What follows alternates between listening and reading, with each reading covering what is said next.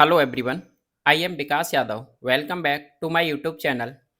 आज हम the Hindu newspaper का सेकंड एडिटोरियल डिस्कस करेंगे। इसका टाइटल है ग्रेव कंसर्न। अब ये लिखा गया है ये आर्टिकल पोलियो वायरस को लेके। यानी अफ़गानिस्तान और पाकिस्तान में आज भी कुछ वहाँ पर पोलियो के केस मिल रहे हैं, जिससे क्या है वहाँ पर बच्चों को वैक्सीनेशन नहीं दी जा रही है पोलियो की। तो ये कह रहा है ग्रेव कंसर्न। अब ग्रेव होता है, आपने सुना है, ग्रेव का मतलब होता है एक ग्रेव का मतलब होता है किसी कब्र। तो ग्रेव दो तरह से यूज होता है। यहाँ पर जो ग्रेव का मतलब है, इसका मतलब है ग्रेव का यहाँ पर सीरियस, यानी बड़ा ही गंभीर कंसर्न है या फिर चिंता है। और कहाँ पर बता रहा है, किस पर है? On wild type polio virus 1 cases in Pakistan and Afghanistan. यानी जो पोलियो वायरस वाइल्ड टाइप के जो केस हैं पाकिस्तान और अफगानिस्तान, उस पर बड़ा ही सीरियस कंसर्न है, बड़ा ही सीरियस चिंता जताई जा रही है। अब इसका टाइटल पैराग्राफ देखते हैं। The risk of international spread of wild type 1 polio cases from Pakistan is a great. अब ये कह रहा है जो रिस्क है, जो जोखिम है, जो खतरा है अंतर्राष्ट्रीय स्तर पर जो फैलने का, स्प्रेड होने का, किसका? वाइल्ड टाइप 1 जो पोलियो के मामले हैं, जो केस हैं, उनका कहाँ से आए? पाकिस्तान से। तो पाकिस्तान से इस वायरस का जो फैलने का अंतर्राष्ट्रीय स्तर पर जो जोखिम है, वो बड़ा ही ग्रेट है, बड़ा ही बहुत बड़ा है। इज अ ग्रेट यानी बहुत ज़्यादा है। ग्रेट का मतलब होता है महान है, एक, और एक ग्रेट हम उसके लिए लगाते हैं बहुत ज़्यादा है। तो देखो यहाँ पर जो रिस्क है, ये हमारा सब्जेक्ट है, और रिस्क की जो वर्ब है वो क्या है? इज। तो रिस्क जोखिम बहुत ज़्यादा है, इज ग्रेट। और ये ऑफ लगा के प्रपोजिशन से जोड़ दिया है। इंटरनेशनल स्प्रेड, अंतर्राष्ट्रीय स्तर पर जो फैलाव है इसका वायरस का, ऑफ लगा के फिर उस वायरस का नाम दे दिया है। और ये कहाँ से है? फ्रॉम से, पाकिस्तान से। तो प्रपोजिशन से कुछ वर्डों को जोड़ दिया जाता है। तो इसी तरह से मैं आपको यहाँ पर बताऊंगा, ये सारी एक्सरसाइज मैंने क्यों की है कि हम जब भी इंग्लिश को पढ़ना शुरू करते हैं तो हमें पता नहीं होता है कि इसमें एक्शन क्या हो रहा है, काम क्या हो रहा है, और करने वाला कौन है। तो सबसे पहले मैं आपसे यही कहूँगा, आप एक सब्जेक्ट और एक वर्ब को आइडेंटिफाई करोगे तो इससे हमें एक सेंटेंस की जो अंडरस्टैंडिंग मिलती है, वो बहुत ज़्यादा अंडरस्टैंडिंग मिलती है, और हमें समझ भी आता है इंग्लिश पढ़ते वक्त, जब हम सब्जेक्ट और वर्ब को आइडेंटिफाई करते जाते हैं तब। अब इसको कंटिन्यू करते हैं।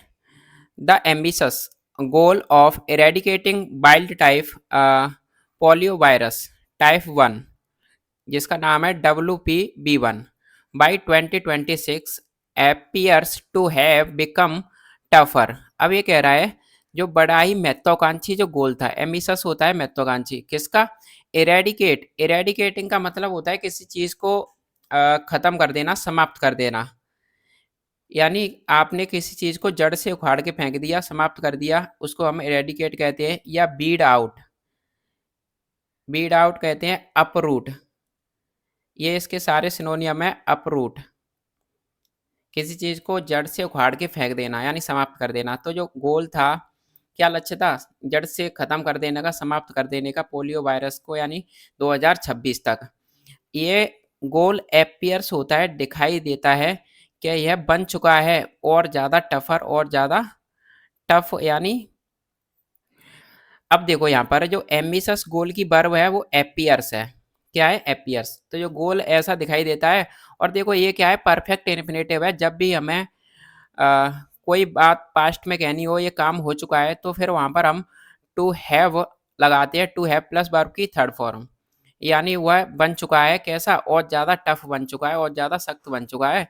हमें ऐसा दिख रहा था कि हम इसको 2026 तक जड़ से उखाड़ फेंक देंगे, ख़त्म कर देंगे। अब ये कह रहा है WP1 which is endemic only in Pakistan and Afghanistan is showing sign of a resurgence since 2023। अब ये क्या कह रहा है कि जो WP1 जो वायरस है, अब देखो फिर ये बिच आया है इसके लिए, वायरस के लिए, जो बिच इज एंडेमिक है। क्या है? एक एंडेमिक होती है एक महामारी जो लोकल यानी एक पार्टिकुलर यानी छोटे से जगह पर फैली हो, लोकल में ही, उसको कहते हैं एंडेमिक। पेंडेमिक आप जानते हो पूरी दुनिया में, यानी उसको कहते हैं पेंडेमिक। तो जो क्या है, विच इज एंडेमिक है, जो केवल फैली हुई है ओनली इनमें पाकिस्तान में और अफगानिस्तान में। तो ये वायरस पाकिस्तान और अफगानिस्तान में फैला हुआ है। अब देखो इसकी बर्व है यहाँ से, WP1 जो वायरस है इज शोइंग, यानी ये क्या दिखा रहा है, जो साइन दिखा रहा है किसके, एक रिसर्जेंस के। रिसर्जेंस का मतलब होता है किसी चीज़ को फिर से कम बैक आना, यानी रिवाइवल, रीबैक, यानी फिर से उसमें उछाल देखा गया है सिंस 2023 में। तो 2023 में फिर से इसमें उछाल आया था, इसके साइन दिखा रहा है ये क्या, WP1 वायरस। और देखो यहाँ पर देखो बिच की बर्ब थी एज, और WP1 जो वायरस है एज शोइंग, यानी ये देखा जा रहा है, क्या कर रहा था, शो कर रहा है साइन, किसके साइन दिखा रहा है, किसके चिन्ह दिखा रहा था, फिर से उभर के आने की 2023 से। और देखो वैसे देखो यहाँ पर एक छोटी सी बात मैं आपको बता रहा हूँ, जब आप असेंस या फॉर लगाते हो उसके बाद में कोई टाइम होता है, तो हम प्रेजेंट परफेक्ट कंटिन्यूअस का यूज करते हैं। तो यहाँ पर हम क्या कर सकते थे, हैज बीन शोइंग, यानी 2023 से क्या दिखा रहा है, ये 2023 में एक साइन दिखा रहा है। अब देखो with Afghanistan and Pakistan reporting 6 WP1 cases each in 2023। अब there were 2 cases in Afghanistan and 20 cases in Pakistan in 2022. The total incidence of type first cases in both countries in 2023 might appear to have nearly halved. अब इसको देखो, half हाल्फ्ड लिखा होता है, half बोलते हैं, ठीक। ये कह रहा है कि जो अफगानिस्तान और पाकिस्तान में रिपोर्ट किया गया था 6 WP1 के जो मामले यानी केस ईच यानी प्रत्येक में इन 2023 में, तो 2023 में पाकिस्तान में भी 6 केस मिले थे और अफगानिस्तान में भी 6 केस मिले थे। अब देखो सेंटेंस को इजी बनाना हो तो ये जो एडिशनल इन्फॉर्मेशन दी है एम डैश से एम डैश तक, इसको आप अभी स्किप कर दो। फिर देखो यानी प्रत्येक में कितने केस मिले थे, पाकिस्तान और अफगानिस्तान में 6 केस मिले थे। अब द टोटल इंसिडेंस, जो कुल इंसिडेंस है, जो इंसिडेंस होता है किसी चीज़ की रेट ऑफ अकरेंस, यानी किसी चीज़ की घटित होने की जो दर है, जो टोटल जो दर है घटित होने की टाइप 1 के मामलों की, कहाँ पर, दोनों कंट्रीज में, यानी दोनों कंट्रीज में 2023 में, ये माइट एपियर, ये ऐसी दिखाई देती है, एपियर होती है कि टू हैव नियरली, ये लगभग आधी हो चुकी है। तो दोनों देशों में, पाकिस्तान और अफगानिस्तान में, जो टाइप 1 के जो मामलों की जो मामलों की जो दर है, टोटल जो रेट है घटित होने की, वो 2023 में आधी हो चुकी है, ऐसा दिखाई देती है। अब देखो यानी 2023 में क्या मिले थे, 6 केस मिले थे। अब ये एम डैश से लगा के बता रहा है, एम डैश तक एडिशनल, क्या there were 2 cases in Afghanistan and 20 case in Pakistan, यानी 2 केस मिले थे अफगानिस्तान में और 20 केस मिले थे पाकिस्तान में 2022 में। तो 2022 में टोटल 22 केस हुए थे। अब 2023 में मात्र 6 केस मिले हैं, तो लगभग आधा हो चुका था ये वायरस 2023 में। अब देखो यहाँ से सबसे पहले मैं यहाँ पर देखूंगा तो एपियर जो है, माइट एपियर, ये क्या है, वर्ब है, किसकी वर्ब है, ये कह रहा है जो टोटल इंसिडेंस, यानी टाइप 1 के जो मामलों की जो दर थी वो एपियर होती है, आधी हो चुकी है। और यहाँ पर ये अफगानिस्तान पाकिस्तान में 6 केस रिपोर्ट किए गए थे, यहाँ पर कोई सब्जेक्ट और वर्ब नहीं है। फिर इसके बाद में यहाँ पर ये एम डैश से एम डैश एडिशनल इन्फॉर्मेशन दी है, इसमें देखो ये देयर आया है, देयर के बाद में जो देयर वाले सेंटेंस में क्या होता है कि जो इंट्रोडक्टरी होते हैं, इट और देयर जो सब्जेक्ट होते हैं, ये वास्तविक रियल सब्जेक्ट नहीं होते हैं। तो इनके साथ जो वर्ब आती है तो वर्ब यानी इनके बाद में जो वर्ब के बाद जो सब्जेक्ट आता है उसके अकॉर्डिंग आती है। जैसे अब यहाँ पर 2 केसेस थे तो इस वजह से यहाँ पर क्या लगा दिया है, वर आया है। और देखो, but with 6 cases in Afghanistan and 5 cases in Pakistan already this year, लेकिन 6 मामलों के साथ यानी अफगानिस्तान में और 5 केस अफ कहाँ थे, पाकिस्तान में, ऑलरेडी यानी पहले से ही इस साल। तो ये कह रहा है कि पहले से ही 6 केस कहाँ पे थे, अफगानिस्तान में, और 5 केस थे पाकिस्तान में पहले से ही इस साल। और तो ये क्या होता है कि there appears to be an uptick. तो ये ऐसा दिखाई देता है, देयर अपीयर्स यानी अपीयर होता है, दिखाई देता है कि ये क्या होगा, एक उभार होगा, अपटिक होगा। एन अपटिक का मतलब होता है किसी चीज़ में उभार आना। तो अभी क्या है कि अभी तो आधा साल बीता है और तब तक हमने 6 केस अफगानिस्तान में और 5 केस पाकिस्तान में क्या कर लिए, देखे गए हैं। तो अब की बार ऐसा लगाया जा रहा है अनुमान कि अब की बार क्या आएगा, उछाल आएगा। तो देखो यहाँ पर ये 2+b है, यानी ये क्या है, जब भी आपको फ्यूचर के लिए इन्फिनेटिव यूज करना हो तो वहाँ पर हम टू भी लगाते हैं, और परफेक्ट में हम क्या लगाते हैं, परफेक्ट इन्फिनेटिव यानी जब पास्ट की हमें कोई जानकारी देनी हो। तो अभी ये काम हुआ नहीं है, ये एक क्या देखा जाएगा, एक उछाल देखा जाएगा, अपटिक यानी उबार देखा जाएगा। If this continue, the total cases being reported from 2 countries might be close to or even surpass the 2022 numbers. यदि यह कंटिन्यू रहता है, यदि यह जारी रहता है, यदि यह बना रहता है ऐसा ही, तो जो टोटल यानी कुल जो मामले हैं, जो केसेस हैं, उन्हें रिपोर्ट किया जाएगा, बीइंग रिपोर्टेड किया जाएगा फ्रॉम से, दोनों कंट्रियों से, वो माइट भी क्लोज होंगे, वो बहुत ज़्यादा, माइट भी यानी क्लोज हो सकते हैं, और इवन, और यहाँ तक वो आगे भी निकल सकती हैं, कहाँ से, 2022 के जो आंकड़े हैं वहाँ से। तो ये कह रहा है कि अगर ऐसा ही जारी रहा, ऐसा ही चलता रहा, तो 2022 में जो रिकॉर्ड वहाँ से निकल के आए थे, जो वायरस निकल के आया था, उससे भी आगे ये जा सकता है। 2024 में जो वायरस वहाँ से निकल के आएंगे, उनके मामले, 2024 के मामले 2022 से भी आगे निकल सकते हैं, और ये बड़े ही क्लोज होंगे। और देखो, the concern about WPB1 is not limited to the number of cases in children. जो कंसर्न है, जो चिंता है, किसके बारे में, WP1 वायरस के बारे में, ये लिमिटेड नहीं है, ये सीमित नहीं है कि ये कहाँ तक रहे, इसके जो नंबर ऑफ केसेस हैं, मामले हैं, जो बच्चों में ही हों, ये कहाँ तक, बच्चों तक ही सीमित नहीं है, ये कह रहा है। Is not limited to the number of cases in children, यानी बच्चों में के मामलों में जो संख्या है वो लिमिटेड नहीं है। The circulation of the virus in the environment is seen to be rising, and most importantly after a gap of 2 years positive environmental ये कह रहा है कि जो सर्कुलेशन होता है किस चीज़ों का, जो फैलाव है।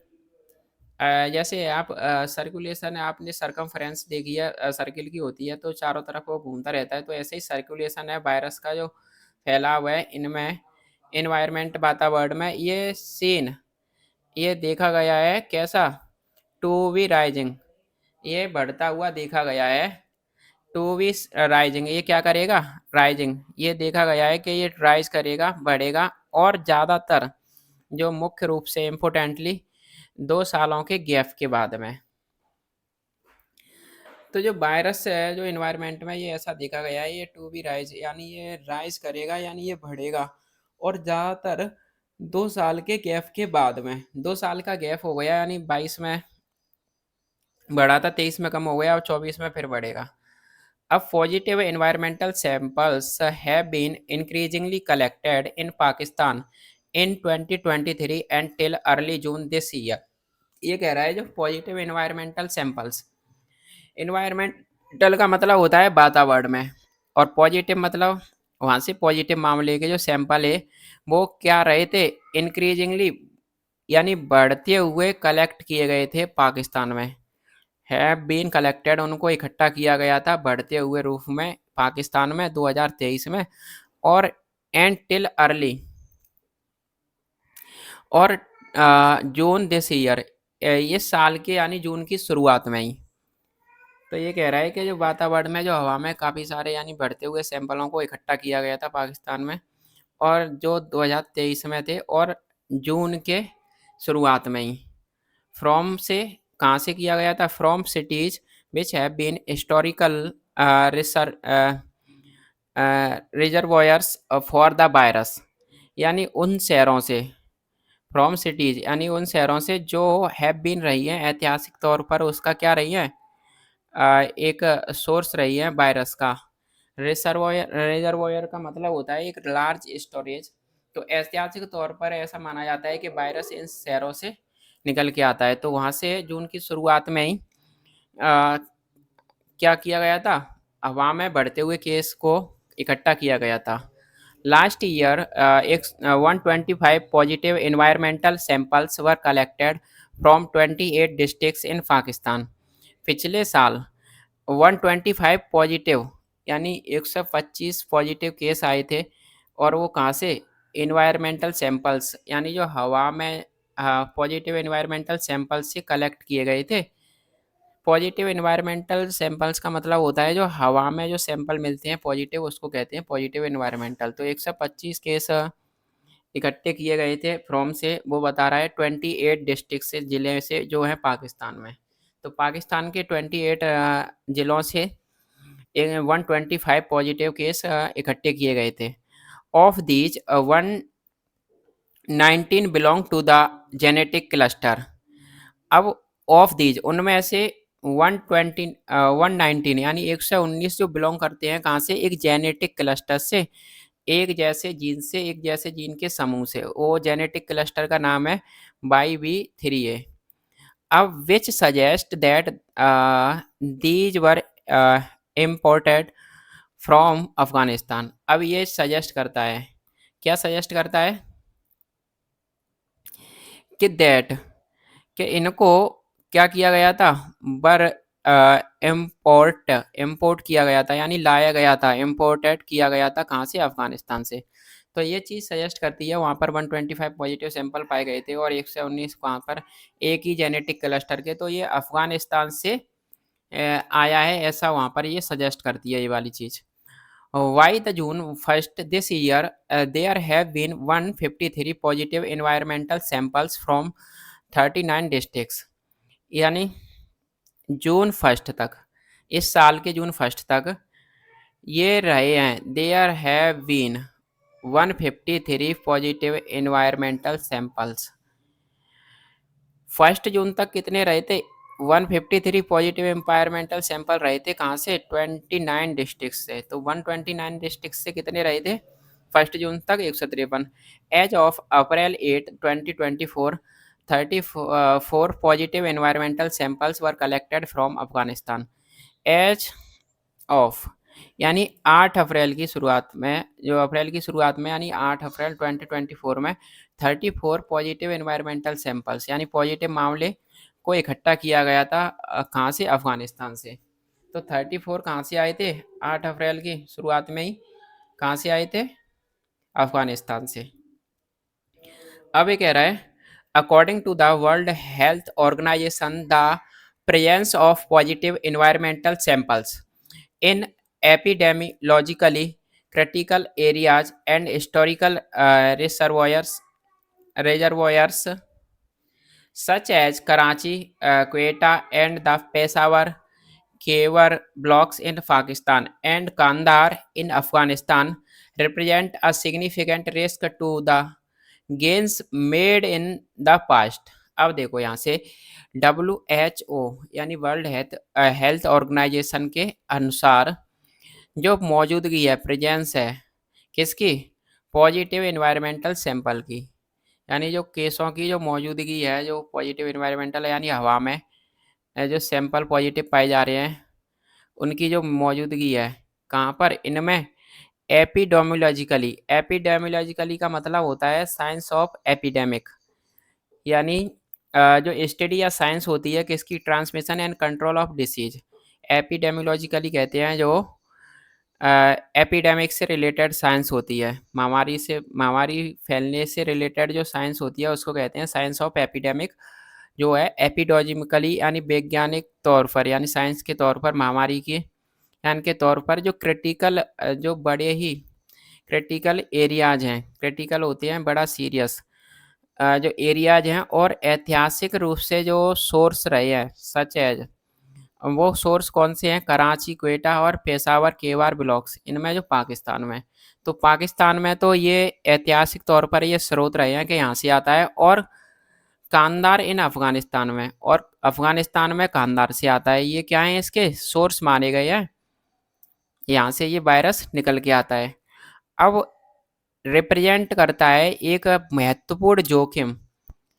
अब देखो यहाँ से ये प्रेजेंस है ना, जो मौजूदगी है पॉजिटिव इन्वायरमेंटल सैंपल्स की, ये रिप्रेजेंट करता है, इसकी बार ये यहाँ पर आकर ये रिप्रेजेंट करता है क्या, किसका प्रतिनिधित्व करता है, एक बड़े ही महत्वपूर्ण जोखिम का जो है जोखिम का जो हमने टू गेन्स, यानी जो हमने क्या किया है किसके लिए है, गेन्स के लिए, जो अभी तक हमने हासिल किया है, जो अभी तक हमने पाया है, उसके लिए एक बड़ा ही महत्वपूर्ण यानी सिग्निफिकेंट रिस्क रिप्रेजेंट करता है, जो हमने मेड इन पास्ट, यानी जो पास्ट में हमने किया है। तो पास्ट में इतना सब कुछ करने के बाद भी ये क्या है, अभी भी वायरस बहुत ज़्यादा फैल रहा है। तो इससे क्या है कि जो कुछ भी हमने पास्ट में हासिल किया है वो क्या है, उसके लिए एक बड़ा ही सिग्निफिकेंट रिस्क यानी जोखिम खड़ा कर दिया है। डब्ल्यूएचओ की रिपोर्ट के अनुसार डब्ल्यूएचओ कह रहा है कि आपने जो कुछ भी पास्ट में किया है उसका कोई भी पॉजिटिव रिजल्ट नहीं आया, ऐसा कह रहा है कि सब पर किए हुए पर पानी फिर गया, एक कहावत होती है जो किए कराए पर पानी फेर देना। अब ये कह रहा है rising positive environmental samples are reflection of polio campaigns not really achieving their desire desired coverage. अब ये कह रहा है कि जो राइजिंग पॉजिटिव यानी राइज होता है उठते हुए या बढ़ते हुए, पॉजिटिव इन्वायरमेंटल जो सैंपल हैं वो क्या है, एक रिफ्लेक्शन है, एक परछाई है, किसकी, पोलियो कैंपेन की, जो पोलियो के जो अभियान चलाए जा रहे हैं उनकी एक परछाई है। नॉट रियली, ना कि ये वास्तव में उन्होंने अचीव किया है अपने जो डिजायर, उन्होंने जो कवरेज थे, उनकी जो अ, इच्छा थी जो कवरेज करने की, उनकी जो अचीव करने की जो इच्छा थी वो क्या है, वो अचीव नहीं हुई, नॉट रियली अचीविंग, उन्होंने ना ही वास्तविक रूप से उसको अचीव किया जो उनकी डिजायर थी कवरेज को लेकर। ये तो सिर्फ पोलियो कैंपेन से चलाए जा रहे हैं, एक परछाई है, एक नाम मात्र के लिए चल रहे हैं, उनकी जो वास्तविक जो डिजायर थी वो अचीव करने की ना ही रियली उन्होंने अचीव नहीं किया है अपनी डिजायरों को। तो ऐसा कह रहा है ये। अब ये क्यों नहीं किया है ये बता रहा है, fake finger marking sense vaccination is a persisting problem. ये कह रहा है फेक होता है नकली, फिंगर होती है अंगुली, मार्किंग होता है निशान। तो फिंगर यानी फेक फिंगर नकली निशान लगाकर बिना वैक्सीनेशन के, सेंस देखो एक वर्ड है जिसका मतलब होता है विदाउट वैक्सीनेशन, बिना टीकाकरण के फेक फिंगर मार्किंग यानी वैसे ही अंगुली लगा लेना, ये इज अ परसिस्टिंग प्रॉब्लम, एक बड़ा ही लॉन्ग लास्टिंग प्रॉब्लम बना हुआ है। परसिस्टिंग का मतलब होता है जो बड़ा ही यानी कंटिन्यू रिमेन सस्टेन करता रहेगा, एक लॉन्ग लंबे वक्त तक एक समस्या बनी रहेगी। तो यहाँ पर देखो यही कह रहा है कि आपने जो पोलियो कैंपेन चलाए वो नाम मात्र के लिए चलाए, आपकी जो वास्तविक डिजायर थी आपने उसको अचीव नहीं किया, आपने वैक्सीनेशन किया नहीं, उस फिर भी अंगुलियों पर आपने स्याही लगा दी वैसे ही। तो ये एक परसिस्टिंग प्रॉब्लम है, एक लंबे वक्त तक ये प्रॉब्लम क्या रहेगी, बनी रहेगी। परसिस्टिंग का मतलब होता है कंटिन्यू रहेगी ये समस्या या फिर सस्टेन। दो children in Pakistan's cities are largely immunized. Immunized, there is a heightened risk of the virus striking any unvaccinated or not fully vaccinated children. अब ये कह रहा है कि जो यद्यपि हालांकि जो बच्चों में जो पाकिस्तान के शहरों में जो लार्जली यानी मोटे तौर पर इन्हें इम्यूनाइज किया गया था। तो यद्यपि चिल्ड्रन क्या थे, आर यानी पाकिस्तान के जो शहरों में मोटे तौर पर उन्हें इम्यूनाइज्ड कर दिया गया था, उनका वैक्सीन लगा दी गई थी। और फिर भी देयर इज अ हाइटन्ड रिस्क, फिर भी ये क्या है, एक हाइटन्ड यानी बड़ा ही, बहुत बड़ा यानी हाई रिस्क है जोखिम है किसका, वायरस का, जो चोट करेगा एनी स्ट्राइकिंग यानी चोट करते हुए एनी अनवैक्सीनेटेड है, जिसके वैक्सीन नहीं लगी हुई है और जो पूरी तरह से फुली वैक्सीनेटेड चिल्ड्रन नहीं है। तो ये उसका बड़ा ही हाइटन यानी जोखिम बढ़ा हुआ नज़र आ रहा है कि जो बच्चों को पूरी तरह से फुली वैक्सीनेट नहीं किया गया है, पूरी तरह से टीकाकरण नहीं किया गया है, या वो उनके टीका लगा ही नहीं है, उन पर ये क्या कर सकता है, चोट कर सकता है, किस पर, इसका बड़ा ही खतरा है। अब ये कह रहा है इन 2023 2 of the 6 cases were from Karachi cities, यानी 2023 में जो 6 केसेस में से 2 केस जो निकल के आए थे वो कहाँ से निकल के आए थे, कराची शहर से। तो ये कह रहा है जो पाकिस्तान का जो शहर है वहाँ से भी 2 केसेस अभी भी निकल के आए हैं 6 में से, कराची जैसे शहर में से, जबकि शहर में तो क्या होना चाहिए, पूरी तरह से वैक्सीनेट होना चाहिए, फुली वैक्सीनेटेड किया जाना चाहिए, टीकाकरण किया जाना चाहिए। अब ये कह रहा है the situation in Pakistan appears worse than it is in Afghanistan with the actual spread of WPB1 seen predominantly in Afghanistan in 2022, now being detected in Pakistan in 2023 and 2024। अब ये कह रहा है कि जो सिचुएशन है, जो स्थिति है पाकिस्तान में, वो अपीयर्स होती है, दिखाई देती है, और ज़्यादा बदतर, वर्ष यानी बदतर, किसकी तुलना में, Afghanistan, it is in Afghanistan, जो अफगानिस्तान में स्थिति बनी हुई है उससे भी ज़्यादा स्थिति पाकिस्तान में बदतर दिखाई देती है, खराब दिखाई देती है। अब ये किसके साथ बता रहा है, वित लगा के बता रहा है, वित के साथ में जो एक्चुअल जो वास्तविक जो फैलाव है WPB1 के वायरस का, ये सीन होता है, ये दिखाई देता है प्रीडोमिनेंटली यानी प्रधानता है इसकी प्रमुख रूप से इनमें अफगानिस्तान में 2022 में ये अफगानिस्तान में फैला था, यानी प्रमुख रूप से ये ऐसा दिखाई देता है।